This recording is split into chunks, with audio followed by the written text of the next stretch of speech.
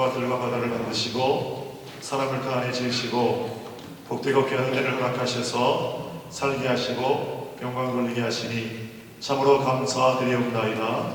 큰 감사를 가지고 시간 여기 모였습니다. 말씀 속에 은혜 받게 하시고 새로운 힘과 용기를 얻는 복된 시간 되게 하여 주시옵소서. 종의 부족한 입술을 주관하실 존귀하신 주님의 이름으로 기도 올려드나이다. 아멘. 할렐루야. 앞에 기뻐하고 사랑합니다. 축복합니다.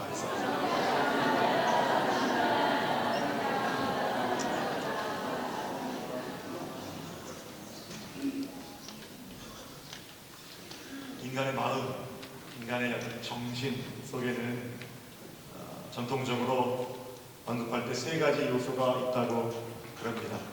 지성, 감정, 의지 세 가지죠. 그래서 이거를 지정의 이렇게 줄여서 말하기도 합니다. 지정의가 얽혀서 인간의 마음, 정신 혹은 인류의 정신사를 구성합니다. 세 개 중에서, 셋 중에서 어느 것 하나가 강조되던 때가 있었습니다. 먼저 지성이 강조되던 때가 있었는데, 지성이 강조되던 때 자주 쓰는 말은 아는 것이 힘이다, 이런 말입니다. 맞는 말이지요.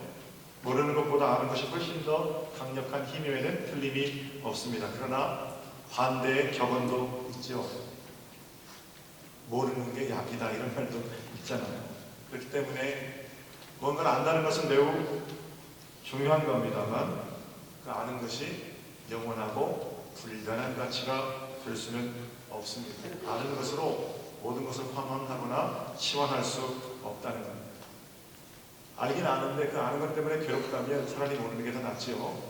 알면 중요한 요소이지만 절대 불변한 가치는 아니라는 겁니다. 감정이 강조되던 시대도 있었습니다. 이 입장은 머리가 아니라 가슴이 더 중요하다는 겁니다. 흔히 뜨겁게 사랑하는 남자와 여자 사이에서 나타나는 현상입니다. 이해가 안 되는데 감동하기도 하고 가을 하늘을 보면서 아무 생각 없이 먼저 흐르는 눈물도 저와 여러분의 것입니다. 감정이 더 중요하다는 이 입장 역시 어떤 경우에는 그래서 진리에 가깝습니다. 신앙생활을 하면서도 그저 머리로만 아는 것보다는 내 곁에 계신 하나님을 느끼는 것이 훨씬 더 중요해 보이기도 합니다. 그러나 머리보다 순수해 보이는 가슴이라고 할지라도 뜨거운 가슴, 뛰는 가슴 역시 영원히 최고의 자리에 있을 수 있는가? 그렇지는 않습니다. 여러분과 제가 가지고 있는 감정은 어느 순간에는 너무나 쉽게 우리를 배반하기 때문입니다. 감정으로 느끼는 평화, 유리 같은 거죠. 금방 깨지기 쉬운 평화입니다. 조금만 속상한 소리를 들어도 방금 전에 가졌던 기쁨이 싹 가시는 것을 우리는 삶 속에서 수도 없이 경험합니다.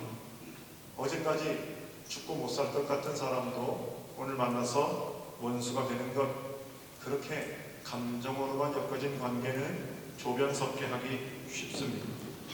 그러므로 모든 가치를 감정으로 치환시키는 것, 환원시키는 것도 역시 옳지 않습니다.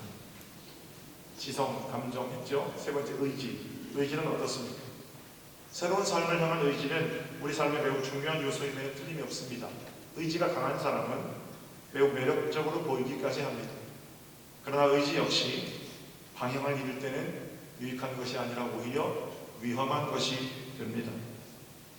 비행기를 납치해서, 비행기를 납치라고 할까요? 그 뭐라고 그러죠? 납치해서 좋아요. 세계무역센터에 돌진했던 자들도, 지금도 총과 칼을 가지고 서방 사람들의 목을 베는 자들도, 그리고 그 사람들을 뿌리뿌리 뽑겠다고 거기 폭탄을 쏘아대는 자들도 의지에 있어서만큼은 세계 제일이라고 해도 과언이 아닐 겁니다. 의지가 방향을 잃으면 우선 폭력이 되고 위협이 됩니다. 그러므로 의지, 그것으로 모든 것을 환원시키고 그것만 있으면 된다 하는 생각 역시 옳은 것이 아닙니다. 지성과 감정과 의지가 우리 가운데 얽혀 있는데 그것들 중에 어느 것 하나만을 최고라고 주장하는 자들, 그들의 사조들을 각각 지성을 강조할 때는 주지주의, 감정을 강조하면 주정주의, 의지를 강조하면 주의주의라고 할 수 있습니다. 분명한 것은 어느 것 하나가 유일한 참일 수 없다는 것입니다. 동시에 여러분과 제가 기억해야 할 것은 우리들 모습 속에는 또는 우리들 마음에는 이 세 가지 가치들이 얽혀 있다는 사실입니다. 어느 것 하나가 어느 시대에 특별히 강조될 수는 있습니다만 분명 이 세 가지 사실은 함께 있습니다. 100% 지성, 100% 감정, 100% 의지 이런 건 없다는 겁니다. 교회는 어떻습니까? 교회도 마찬가지예요. 우리 교회 새로 나오신 분이 집사님인데 제가 설교를 이렇게 시작하는데 목사님 저 깜짝 놀랐습니다. 그러세요? 그래서 뭐가 놀라셨습니까? 아마 그분이 제자훈련 받으시는 분들 옆에 이렇게 앉으셨던 모양입니다. 서정교회는 담임 목사 설교가 시작되니까 전부 다 파란색, 빨간색 노트를 꺼내서 담임 목사 설교를 적기 시작하더라고요. 제자훈련 중에 설교 요약하는 그런 게 있거든요. 그래서 그 집사님 생각에 이 교회는 무슨 대학인가 그렇게 생각을 하셨다고 합니다. 집사님이 첫 번째 우리 교회에 대해 가지신 인상은 뭐예요? 이 교회는 알을 강조하는 주지적인 교회구나 이렇게 생각했을 겁니다. 그렇죠? 영환 집사님은 일 때문에 주일날 오후 2시 예배만 참석하는 집사님도 계시고 청년들도 계십니다. 오후 예배는 어떻게 예배해요? 30분 정도 찬양하고 기도하고 그렇게 예배하잖아요. 말씀은 제가 될 수 있으면 짧게 증거하고 통성으로 기도하고 2시 예배합니다. 그 2시 예배만 참석하는 분은 어때요? 수덕교회는 감정을 하나님께 많이 드리는 교회구나. 그 모습만 봤으니까 이렇게 생각하겠죠. 그렇죠? 의지와 열정은 또 어떻습니까? 이게 얼마나 많은 일을 합니까? 은혜 받기 전에 남 도와주는 일도 하고 수수감사 전에는 또 평택시 1차장이겠쯤 기초생활수급자 우리가 다 쌀로 도울 텐데 그런 일을 먼저 예수가 누군지도 모르고 그런 일을 하시는 분들은 어때요? 남아야 된다. 구제해야 된다. 좋습니다. 의지와 열정. 서정교회는 일하는 교회구나 이렇게 생각할 수도 있다는 겁니다. 각각 어디에 참석하고 어디에 강조점을 두느냐에 따라서 어느 것 하나가 강조되는 것처럼 보입니다. 그러나 어느 것 한 가지로 다 치환해서 교회는 무조건 일해야 한다라고 말할 수는 없습니다. 지성도 감정도 의지도 모두 하나님께서 주신 것이기 때문입니다. 제가 정말 드리고 싶은 말씀은 지성, 감정, 의지 이걸 만약에 마음이라고 한다면 또는 정신이라고 한다면 기껏해야 그건 마음이고 기껏해야 정신입니다. 우리 삶은 마음이나 정신으로 완성되는 건 아닙니다. 거기로부터 출발할 수는 있습니다만 우리의 삶은 몸으로 살아내는 것이 삶이고 정신이 아니라 현실 우리의 삶 속에서 구체적으로 삶 앞대고 살아가는 구체적인 삶이 우리의 어떤 삶이 우리 가운데 있다는 사실입니다. 지성, 감정, 의지를 다 합쳐서 사랑이라고 말해도 기껏해야 지적인 사랑, 의지적인 사랑, 감정적인 사랑 이게 아무리 좋아도 그건 마음의 사랑일 뿐이라는 거예요. 그래서 제가 오늘 드리고 싶은 말씀은 그걸 넘는 지성이 아닌 감성, 감성이 아닌 지성, 지성이 아닌 의지 이런 게 아니고 그 통째를 싸잡고 넘는 그렇죠? 마음을 넘는 사랑에 대해서 내 곁에 온 하늘 예수 그리스도의 사랑으로 말씀드리려고 그럽니다. 지성적 사랑, 의지적 사랑, 감정적 사랑이 아닌 마음 플러스 몸 그렇죠? 구체적인 사랑의 실천 우리 가운데 넘는 사랑은 어떤 것인지 생각해보면서 은혜를 나누려고 그럽니다. 자, 오늘 본문은 요한일서 4장의 마지막 본문입니다. 먼저 여러분에게 제가 감사의 말씀을 좀 드립니다. 계속해서 4장은 똑같은 얘기들이 반복되는 또 올해 1월 첫 주부터 10월까지 그죠? 이제까지 요한일서 가지고 계속 똑같은 말을 반복해서 설교하는데 우리 교인들은 목사님 설교에 은혜 받았습니다. 그렇게 말씀하세요. 물론 또 오늘도 똑같은 얘기를 하는데 지겨워하실 분들도 계실 겁니다. 제가 보니까 대놓고 좋으시는 분들이 없는 걸로 봐서 사장만큼은 나름대로 우리가 충실하게 읽는 것이 아닐까 이런 생각을 좀 해봅니다. 4장 핵심 내용이 뭐죠? 따라합니다. 형제 사랑. 사도 요한의 예수 안에 거하는 자들에 대한 실천적인 권고입니다. 예수 안에 산다는 건 하나님과 동행하는 형제를 사랑하는 겁니다. 이 말을 지금 우리가 살펴보고 있는 겁니다. 형제 사랑은 지성, 감정, 의지를 넘는, 다시 말해서 마음을 넘는 몸으로서의 사랑, 삶으로서의 사랑. 본문 마지막 4장 마지막 부분을 읽다가 각각 19, 20, 21절에 무엇을 넘는이라는 이름을 좀 붙여봤어요. 19절 먼저 볼까요? 19절 한 목소리로 함께 봅니다. 19절 시작. 우리가 사랑하는 그가 먼저 우리를 사랑하셨습니다. 아멘. 저는 19절의 문장을 통해서 의지를 넘는 사랑, 이렇게 이름 붙여봤습니다. 의지를 넘는 사랑. 우리가 형제를 사랑한다는 것은 사랑해야 한다, 사랑해야지 라는 결단과 의지로 도달되거나 성취되는 것이 아닙니다. 마음 먹은 대로 그 사람을 사랑할 수 있느냐? 그렇지 않다라는 겁니다. 노력해야 하는 문제이기 이전에 형제 사랑의 마음으로 전파받아야 하는 문제입니다.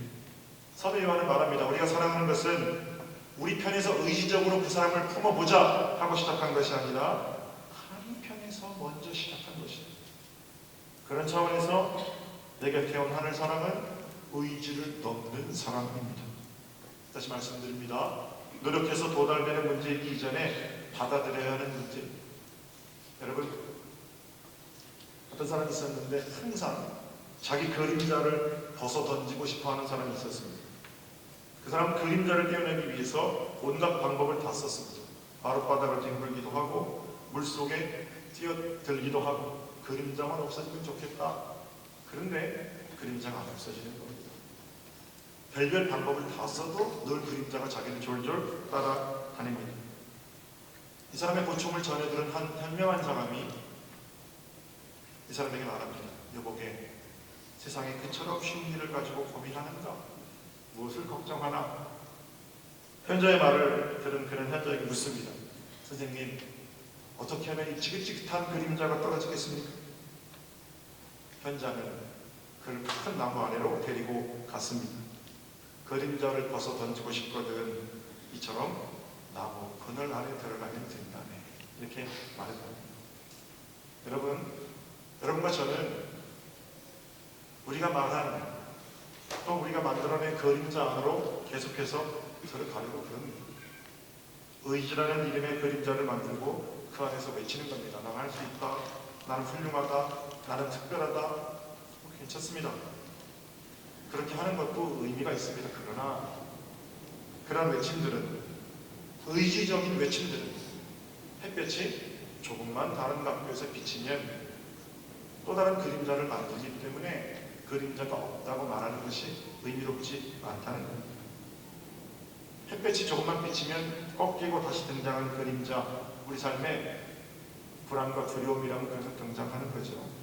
그래서 나는 사랑하리라, 절대로 내가 미워하지 않으리라, 이렇게 강렬하게 외쳐놓고도 다시 조금만 삐뚤어진 태양의 각도 때문에 실패하고 이렇게 말하는 겁니다. 아, 나는 안 된다.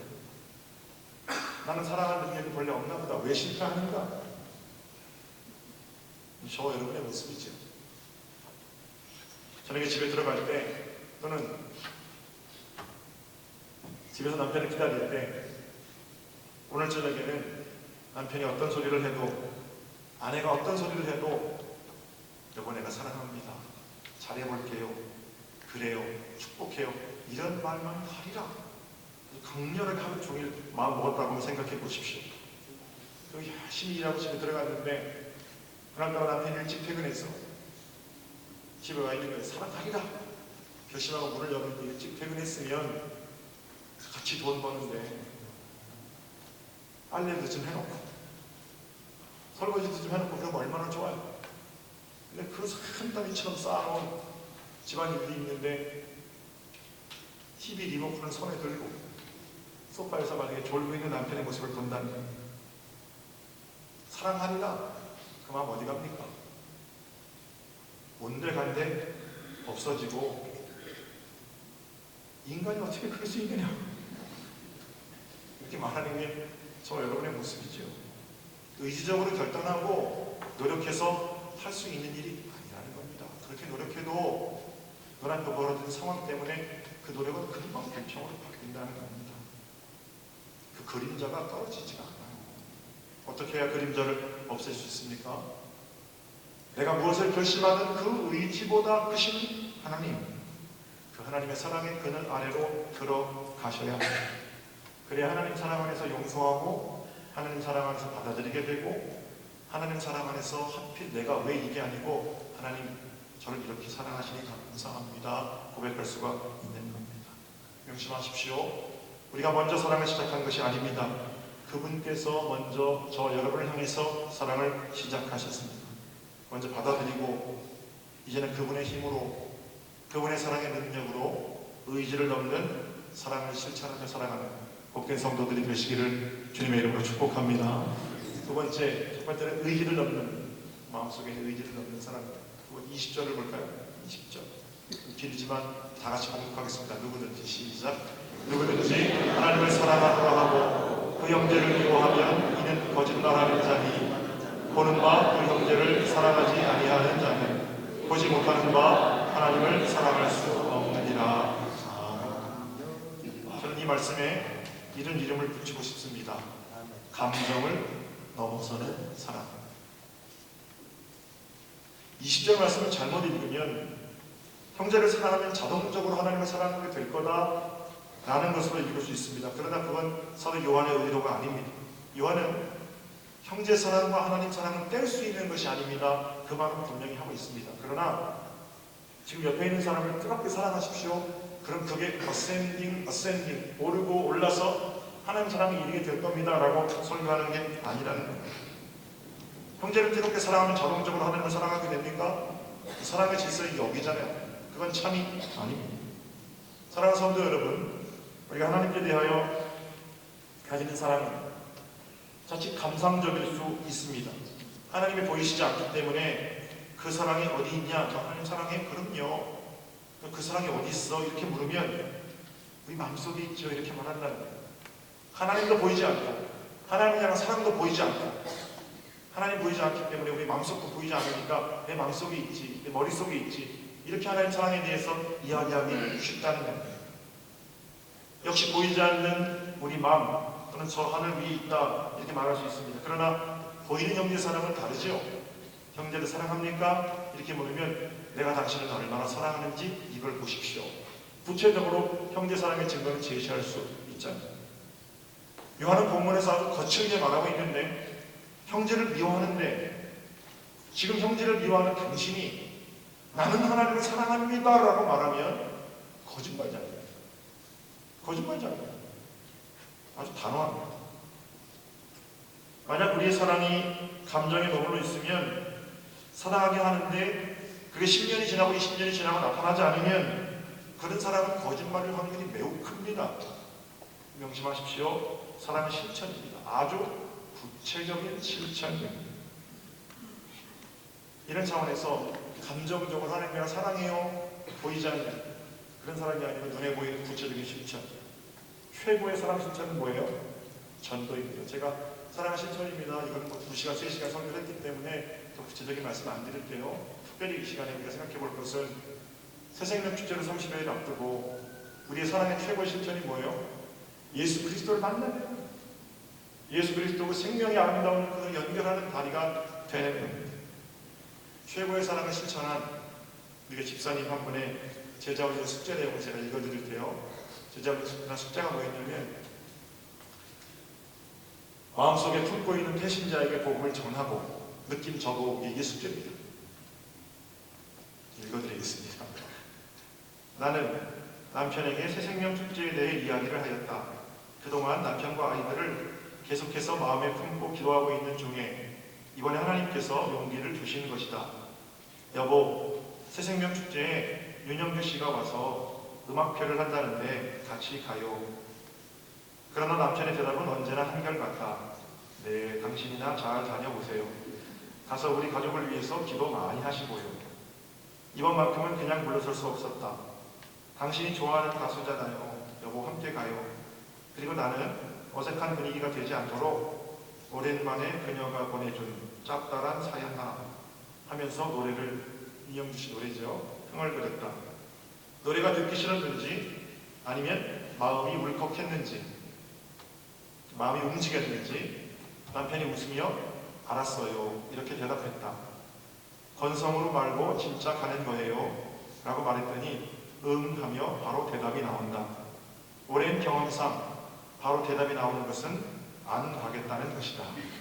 다시 한번 그날만이라도 예배당에 가서 예전처럼 함께 예배하자고 다짐을 받았다. 젊은 애들처럼 새끼손가락도 걸고 복사, 사인까지 하면서 우리는 그날 저녁 환하게 함께 웃었다.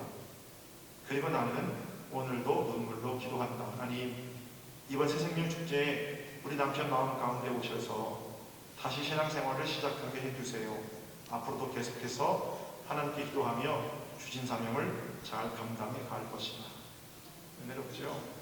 사랑하는 성도 여러분, 사랑은 실천입니다. 아주 구체적인 실천입니다. 이번 새생명 축제에 하나님께서 여러분을 통로 삼기를 원하십니다. 생명의 통로가 되어 주십시오. 감정을 넘어서는 위대한 사랑의 실천, 그렇게 하나님께 사랑한다고 고백하셨으면 그 사랑을 좀 보여주십시오.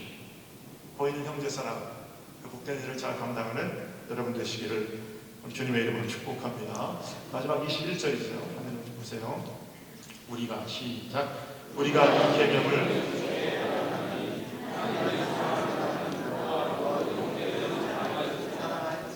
할렐루야. 제가 이 21절을 읽고 제목을 뭐라고 붙였겠습니까? 첫 번째가 의지를 넘는 사람이며, 두 번째가 감정을 넘는 사람이라면, 세 번째 지성을 넘는 사람, 지적 동의, 이해 이런 걸 넘는 사람입니다. 여러분, 지성의 특징은 동의죠, 그렇죠?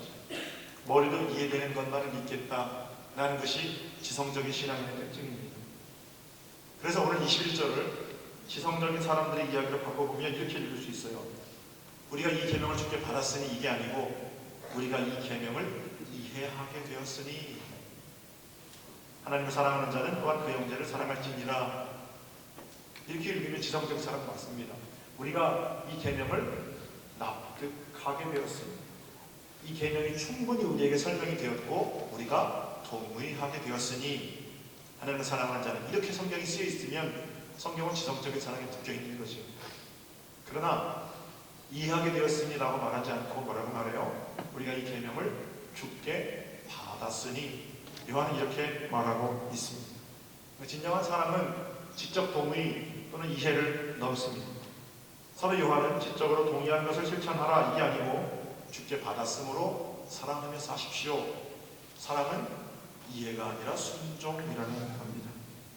목회하면서 종종 듣는 얘기가 있는데, 목사님, 그 사람은요 아무리 생각해봐도 사랑할 게 없어요. 내가 그 사람을 향해서 얼마나 베풀었는데 계속 받기만 하고 예의도 없고 힘들게만 하고 사랑할 거리가 없어요. 그래서 사랑하기 어렵습니다. 이렇게 얘기합니다. 아니 목사님, 그 사람 말도 마세요. 말도 마세요. 은혜도 모르고 내가 얼마나 대접했는데 한 번 대접하는 건 못 봤고요. 그래서 나도 이제 그 사람 하는 만큼만 할 겁니다. 누가 하는 소리입니까? 예수 모르는 사람들이 하는 소리. 예수 모르는 사람들이 하는 소리. 내가 내 안에 있는 사랑으로 먼저 그 사람에게 줬으니까 그 사람도 내게 똑같이 베풀어야 한다. 내가 지금 뭘 예수님께 받았는지 모르니까 그런 일들 하시는 거예요. 예수님께서 나에 대해서 그런 말씀 하신다면 나는 어떻겠어요? 그죠? 내가 예수 그리스도께로부터 받은 사랑을 값없이 받았잖아요. 값없이 구원받았잖아요. 그 사랑을 실천하는데 예수님께 갚아드리고 싶은데 예수님 뭐라고 그러세요? 당신 곁에 있는 아무것도 돌아오지 않는 작은 자를 대접하라는 거 아니에요? 그러니까 주님께 받은 사랑을 갚는 마음으로 그 사람을 만나는 거지. 어떻게 내 걸 가지고 그 사람을 섬겼는데 그 사람은 나를 섬기지 않습니까? 이런 얘기 그렇게 막 하세요. 예수님께서 내게 뭘 베푸셨는지, 예수님께서 내게 어떤 것을 먼저 주셨는지 거기에 대해서 생각하지 않으시는 거예요. 자수성가했으니까, 내가 뼈 빠지게 노력해서 벌었으니까 내 거라고 생각하는 거예요. 하나님께서 심화할 때마다 어떻게 인도하셨는지에 대해서는 눈 먼 거 아닙니까? 그러니까 내 걸 가지고 내가 그렇게 베풀었는데 내게 사랑이 되돌아오지 않는다는 것을 말씀하시는 거죠.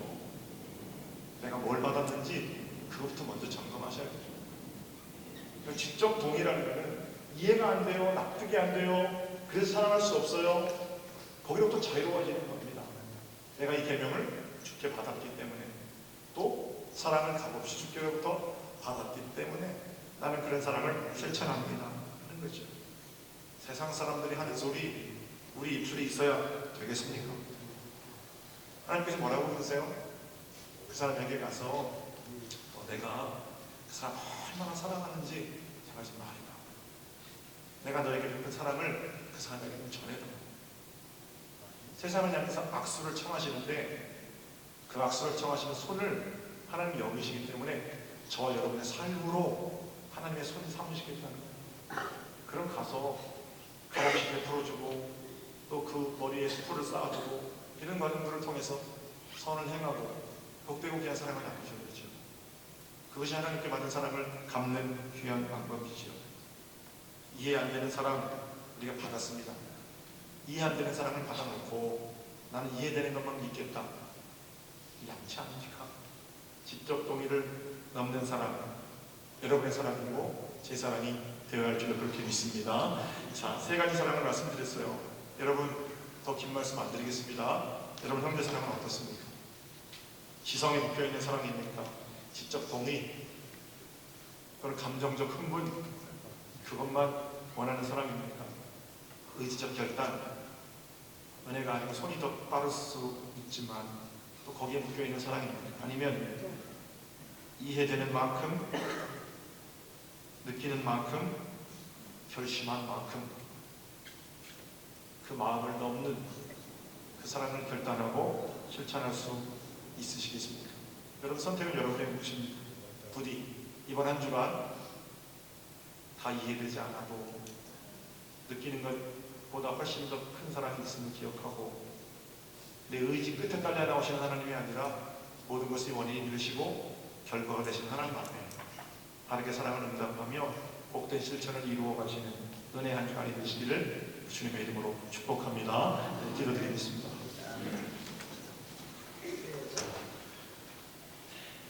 하나님, 마음을 넘는 사랑 우리 가운데 오셔서 우리를 구원하신 예수 그리스도의 십자가의 사랑임을 믿습니다.